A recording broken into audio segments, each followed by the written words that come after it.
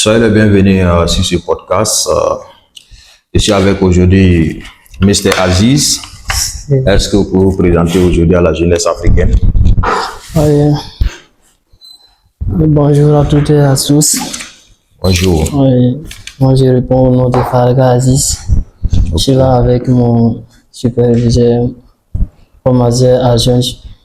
Donc, ça nous fait très content de vous partager, Ok. comme on dit, ces aspects avec vous. Ok. Très content. Merci. Oui. Est-ce que vous pouvez nous parler un peu de vos parcours scolaires avant de vous lancer dans l'entrepreneuriat digital? Oui. Avant moi, j'étais un élève. Ok. Et c'est un élève, j'ai abandonné les cours le 3 mois 2025. Ok. Et avant, j'étais un élève, je faisais la seconde. Ok. Et donc, j'ai eu à faire le premier semestre. Ok. J'ai eu à faire le premier semestre. Oui. Donc, pour le bon et pour mon avenir, donc, j'ai entendu parler d'une bourse de coach. Ok. Et Le coach en personne mais qui vient de rentrer. Oui. Donc, je suis que vous verrez le grand coach Donc, dans cette vidéo. Voilà, vous pouvez passer. Ok. Donc, le grand coach, la cellule là, mais en personne. C'est lui-même. Voilà, celui-là qui éveille la jeunesse africaine à se lancer dans l'entrepreneuriat digital. Ok. Tous mes respects à lui. Ok, Et vraiment. grâce à lui, même si je n'ai pas encore quelque chose, je suis tellement content d'avoir me lancé avec lui. C'est ça. Et j'espère que moi, mon avenir, je ne laisserai personne à me dire le contraire. Je suis 100% sûr Ok. que tout ira bien. Ok. Oui. Maintenant, qu'est-ce qui vous a motivé? Puisque la plupart de la jeunesse aujourd'hui se lance pour se lancer dans l'entrepreneuriat aujourd'hui, ils voient que c'est un peu de temps. Oui. Vaut mieux étudier, aller avoir des diplômes, devenir salarié. Maintenant, qu'est-ce qui vous a motivé à vous lancer dans l'entrepreneuriat? Moi, personnellement, ce qui m'a tellement motivé et que je me suis lancé à cette, comment dire, ce business, Oui. je vois que de nos jours, être un salarié, c'est trop, comment on dit, je veux dire ça, ce sont des difficultés. Salarié, être un salarié, tu n'es pas, comment on dit, tu n'es pas libre. Et en plus, il y a beaucoup de choses que tu ne pourras pas faire, pas tes besoins. Un fonctionnaire ne peut pas se lever à 9h à lundi pour, comment on dit, pour aller au travail. Pourtant, c'est le contraire, c'est un, comment on dit, c'est lui qui c'est un homme d'affaires ou bien c'est dans le business que je peux dire. Ouais. Ce qui m'a motivé, je vois que avec ce que je veux, être dans l'avenir, je ne peux pas rester dans l'école et puis ça va encore. Je peux remercier, en tout cas, je remercie je remercie l'école parce que, puisque m'a rendu à bien écrire, à savoir lire et écrire. Ok. Et en plus, j'ai obtenu mon CP. Après ça, le BBC. J'espère que c'est suffisant pour moi. Ok. Il y a des gens, si nous voyons au marché, dans le grand marché, il y a des gens, ils n'ont même pas, comment on dit, ce qu'ils j'aime. Ils n'ont même pas le CP ni le BBC.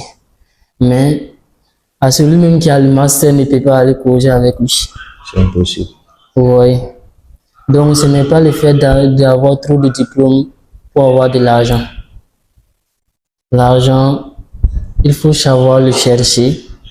En le cherchant aussi, il faut être bête pour l'avoir et ne pas et le faire par intelligemment et faire des grands projets avec. Parce que vous voyez, moi, je vous dis tout ce qui m'a poussé à venir ici, je ne peux pas l'expliquer comme cela, puisque c'est très lourd dans ma tête. Et je vois aussi, dans ma famille, est-ce que vous entendez parler de nos Farga comme ça? Ici, c'est pas... C'est très rare. Je suis, comment on dit, je suis le premier même à venir dans votre bureau et porter nos Farga. Par contre, il y a des noms qui sont trop élevés. Donc, il y a plein de choses qui m'ont poussé à sortir et puis à me lancer dans le business. Donc, je veux que moi, mon nom Farga soit reconnu partout et soit international. Ok. Vous voyez. Par contre, dans l'école, moi, je ne peux pas rester là-bas et puis toucher une chaleur de trop même, c'est 350 000 et que ton nom va être poussé. Si c'est pas que tu vas voler et qu'ils vont te filmer et puis te mettre dans les, comment on dit, dans les médias pour dire qu'un tel a fait ceci et ceci, et ton nom va être éparpillé partout. Vous voyez? Mais par contre, dans le business, je peux m'asseoir comme cela et faire, comment on dit, apprendre et pratiquer tout ce que j'ai eu à faire. Et en même temps, tu peux décrocher, comment on dit, un projet de 300 millions ou bien plus de ça même. Et tu réalises tes projets, tu construis des projets pour pouvoir amener la jeunesse. Dans ça, quand on arrive et qu'on demande qui est le PDG ou bien le fondateur de cette entreprise, tu peux écrire même le nom même de, comment on dit, de ta famille même. Et quand les médias télévisent et tu vois, tout est super. Vous voyez? Et qui partout. Moi, je suis là comme cela actuellement. Il n'y a pas mon nom sur, comment on dit, si on tape mon nom sur YouTube, on n'allait pas le voir. Parce que vous voyez. Mais par contre, il y a des gens qui n'ont même pas l'âge, à mon âge même. Imaginez-vous le petit frère de Yamal, qu'on appelle Ken. Quand vous tapez le nom de Ken dans YouTube, vous le voyez, mais il n'a pas à mon âge. Une petite qui a l'âge de 9 ans. Et moi, j'ai combien dans cette année, ça fait, comment on dit, mon 20e année. Et qu'il n'y a même pas mon nom dans YouTube, dans Facebook même, je ne sais pas comment on dit, plus reconnu. Est-ce que vous voyez? Ok. Donc, si je vous entends parler, vous avez un défi même à relever en fait. Effectivement. Mais est-ce que vous êtes prêt? Je suis prêt. Parce que quand je vous entends parler, vos mots tournent autour de l'argent. Pardon? Vos mots tournent autour de l'argent. Ok? Oui. Et en échangeant, vous m'avez même donné votre âge. Vous êtes dans la vingtaine. Oui. Est-ce que être dans la vingtaine et puis parler des sommes colossales, 300 millions, comment vous voyez? Est-ce que c'est pas trop pour vous? Non. C'est parce que nous sommes en Afrique ici. Sinon, le premier, comment on dit, réseau sur, comment on dit, comment on appelle Facebook. Oui. Celui même qui a créé ça, il avait l'âge de combien? C'était 4, si je ne me trompe pas, c'était 4 février 2004. À ce moment, il avait 19 ans. 19 ans, est-ce que je n'ai pas une âge de supérieur à lui? Mais de nos jours, c'est combien de millions qu'il encaisse? Il faut même pas qu'ils avaient dit des millions, des milliards. Ça fait combien de milliards qu'il encaisse? Moi. Mais vous voyez que il y a le rêve qui est là aussi, mais il y a la réalité qui est là.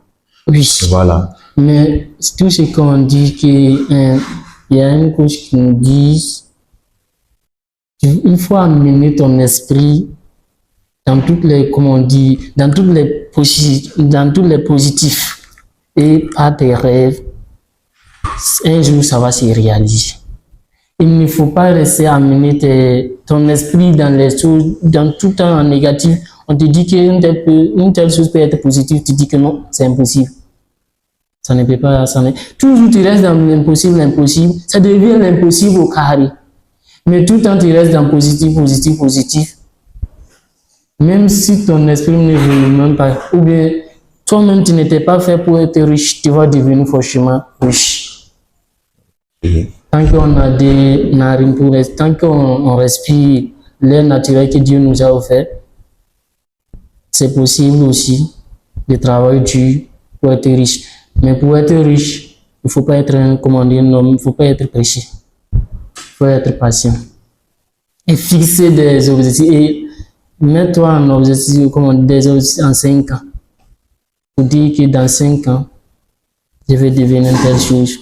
Si ça n'a pas pu, tu rejettes encore. Au fait, il ne faut pas tenter un coup et puis ça va échouer, tu dis que non. C'est impossible. Ok. Vous voyez. Donc, quand je vous entends parler, ça veut dire que vous êtes mûr, en fait. Parce que quand tu entends la jeunesse africaine parler, ça ne va pas. Oui. Il n'y a pas manque d'emploi. Oui. Mais quand je vous écoute, c'est comme vous assumez, vous essayez d'assumer votre responsabilité, quel que soit ce qui vous arrive. Oui. Maintenant, quel conseil vous aimeriez donner aux grands frères, aux petits frères qui sont à la recherche de diplômes? Voilà, aujourd'hui, qui se plaignent chaque jour. Chaque année, il y a des diplômés qui sortent, mais pas de poste pour eux. Quel conseil vous pouvez leur donner? Moi, mon conseil pour eux, d'abord, je vais les remercier pour tout ce qu'ils font. Vous savez, c'est difficile de faire des nuits blanches et des journées sans manger Exactement. pour aller chercher une boule de papier. Papier qui ne va pas te servir. La joie de la papier, c'est le premier jour à le voir. Quand tu vas l'opter, tu es tellement satisfait. Mais 2 ou 3 jours, une semaine, ou bien une semaine plus tard, tu vas prendre le papier et regarder, tu vas dire que à cause de toi que je faisais des nuits blanches. Dans le cas contraire, si tu prenais les nuits blanches et des efforts que tu as fait pour une valeur de 10 000 comme celle que je vais prendre, pour acheter quelques modes ou bien un produit de beauté et te promener dans la rue pour vendre 25, même si c'est un bénéfice de 25, 50, 150, c'est pour toi. Imagine, tu prends chaque jour et en plus, tu essaies de causer avec les gens,